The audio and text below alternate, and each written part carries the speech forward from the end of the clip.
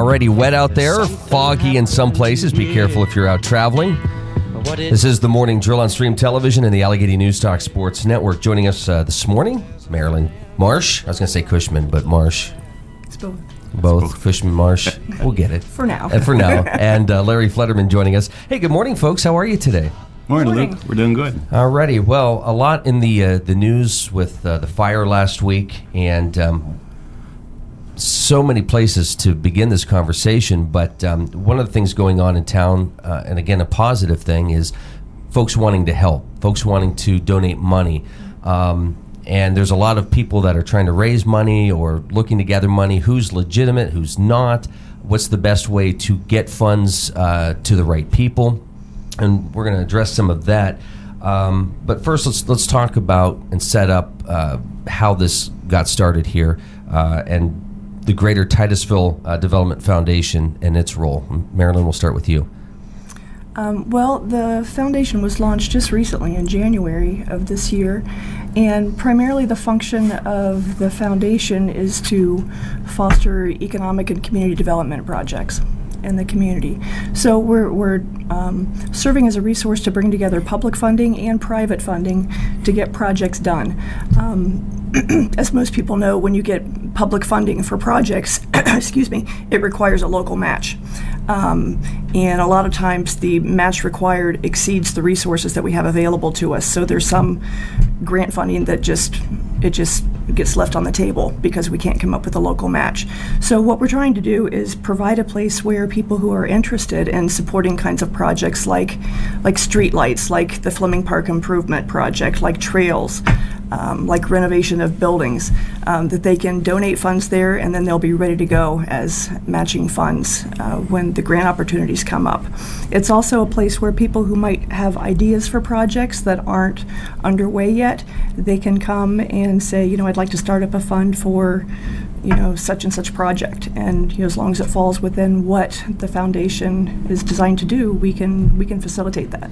And this was set up, and this has been in the works for a while, but it's one of those things where the tragedy happened last week, and maybe there's a way the foundation can help out, but that certainly wasn't the initial thought with this thing. And we'll talk to you here, Larry. You're retired, but you're still heavily involved in the community.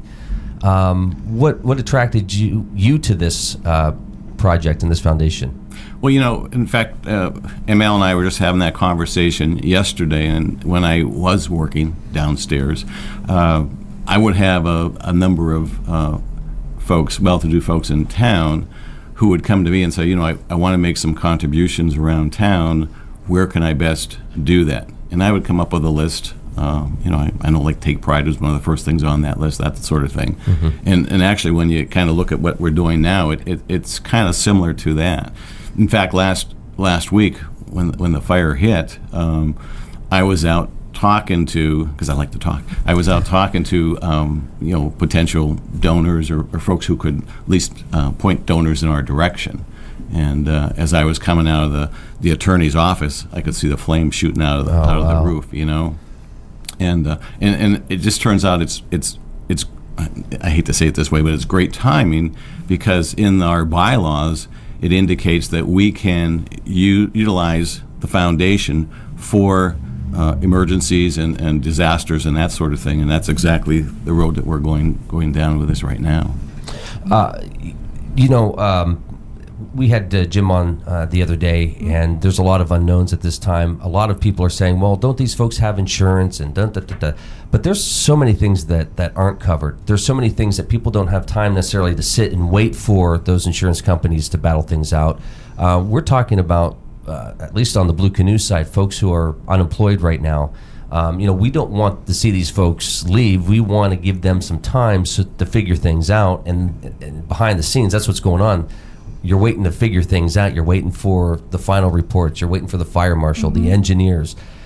There's a period of time that needs to go by before you have the answers to say, okay, what's this next step? So again, a lot of questions being asked. What's the money used for? Why are we raising money?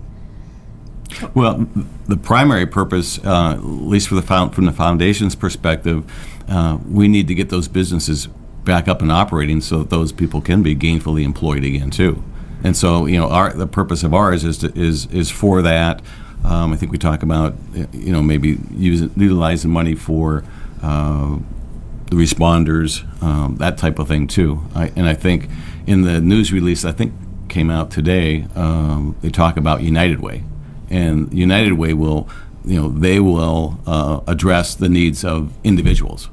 I mean, and it's always been that way, but that's so we're hitting at both sides. I mean, we should have it totally covered under the two funds anyhow. And you've been involved with United Way before, and I mean, just talk about how nice it is to be able to partner up, especially after a tragedy, when people can come together and people aren't putting up dividing walls saying, well, this is what we're going to do and you can do whatever. But people are coming together, and that's great to see. The outpouring has been tremendous. I mean, even while the fire was still burning, people were calling the United Way, calling the chamber, coming on site, talking to redevelopment staff, asking, what can we do? How can we help?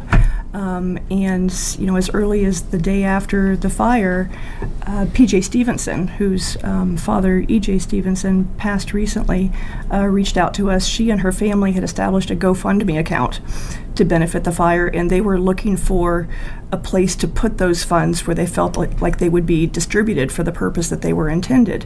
And that's what really started this fund with us, is she asked if we could receive those funds, and we researched it and found out that we could use them for defined purposes, but yes, we could do that.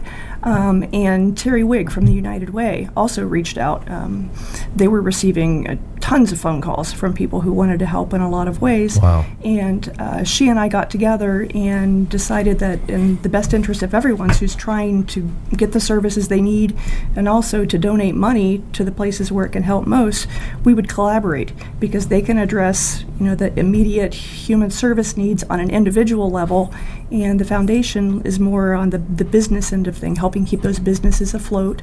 And secondarily, the fire companies that responded and local relief agencies like United Way, like Associated Charities, Love Inc., those folks are expending some extraordinary resources to help.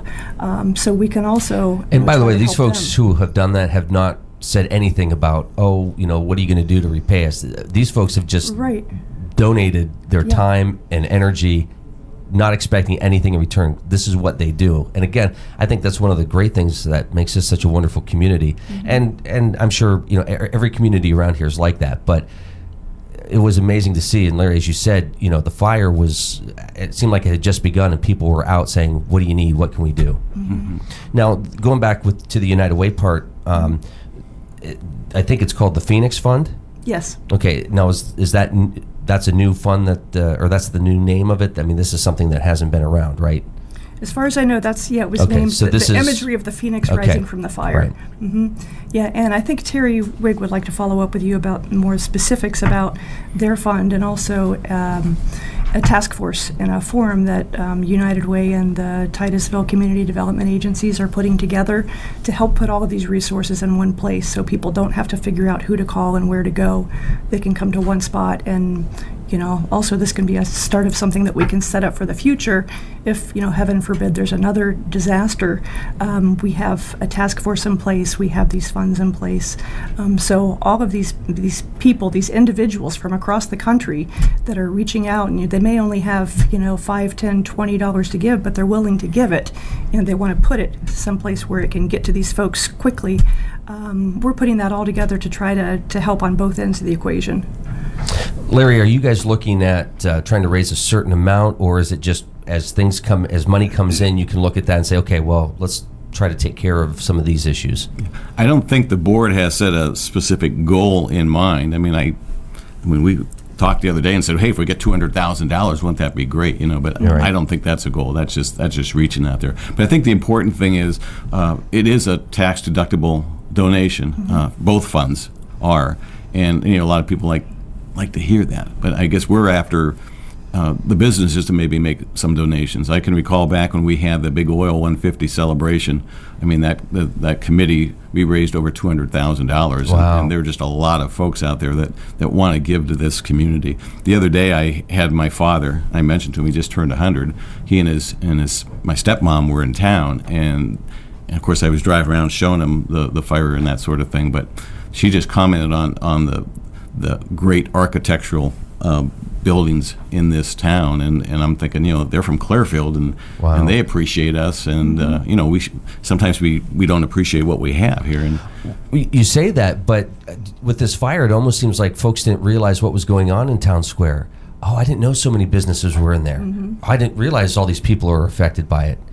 But the reality is, the last couple of years, there's been so much going on behind the scenes and tenants moving into that building that when this happened, you had people say, I had no idea. I really had no idea. Right. And what an impact. And Larry, you've been involved with banking and developing businesses and working with folks. This could be a big hit to the community if people like you don't step up and say, let's help these folks out. Yeah, and I think people will step up, and we know people will step up and do that for us too. And there are individuals stepping up that want to raise funds and find a place to donate the money. I met with a woman yesterday, a graphic designer, a very talented artist, who's working on a design for a T-shirt that she wants to sell at absolutely no profit to herself and donate the proceeds to the recovery fund at the foundation. And that's, it's emotional attachment, it's emotional investment in this town and in that building. And there are just lots and lots of people that feel so connected to it. This is the Morning Drill on Stream Television and the Allegheny News Talk Sports Network.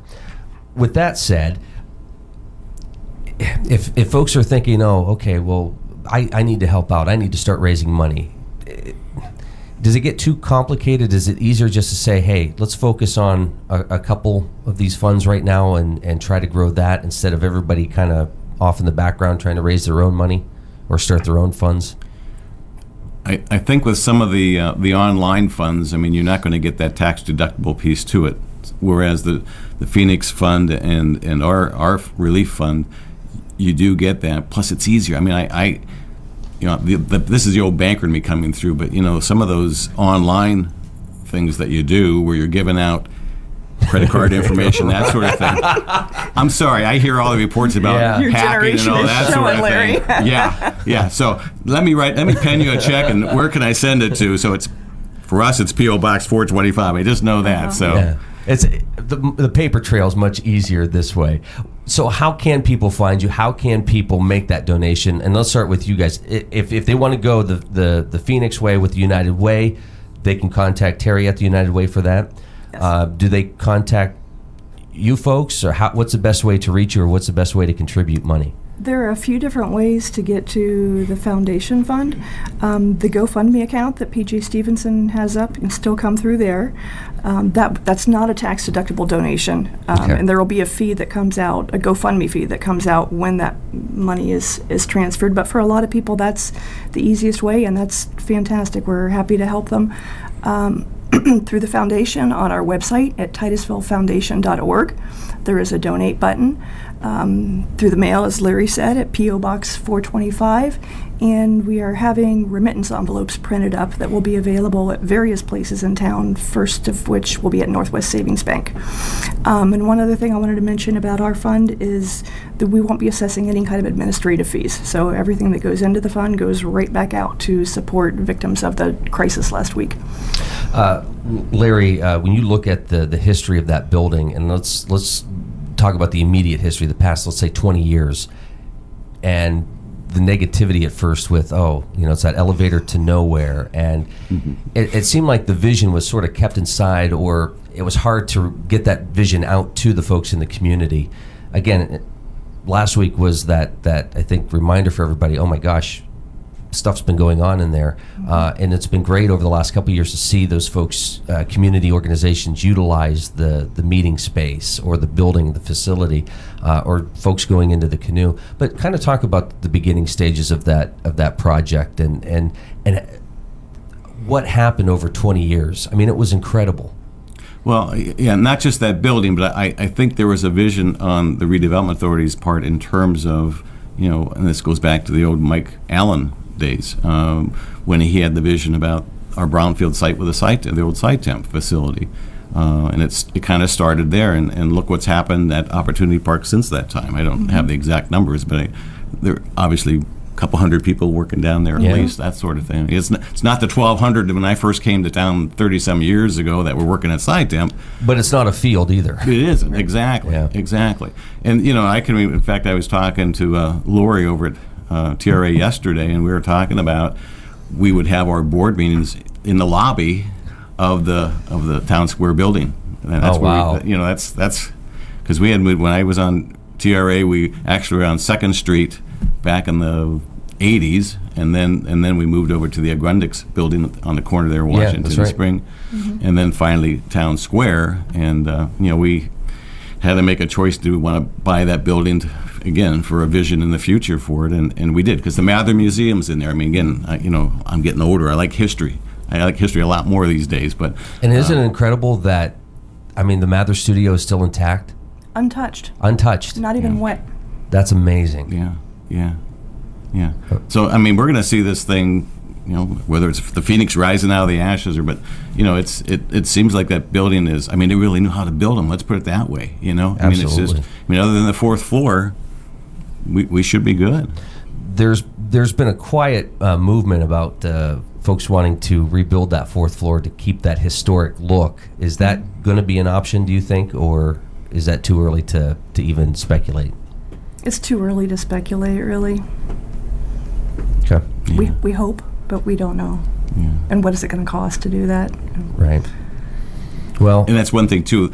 The money being raised through this fund, none of that will go to the redevelopment authority. Just to keep that clear. this is for businesses. This is Right. the fire companies. This is Exactly. to help them exactly. recoup their Right. some And of those you're right. costs. A lot of people are ready to open their wallets to rebuild Towne Square, and if and when we find out that can happen, we'll set up a separate fund for that purpose. But right now, it's just too soon. All right, Too soon. let's go over the details again on how folks can contribute, where they can go to help out, and is there a phone number if they have any other questions or need more information? It's sort of tricky right now, I know. I don't know if you've But sometimes people want to pick the phone up and say, I want to help, but I want to talk to somebody just to... Right. The way we have it set up right now, City Hall has been so gracious, and they've given us the 2nd floor to just spread out and operate there.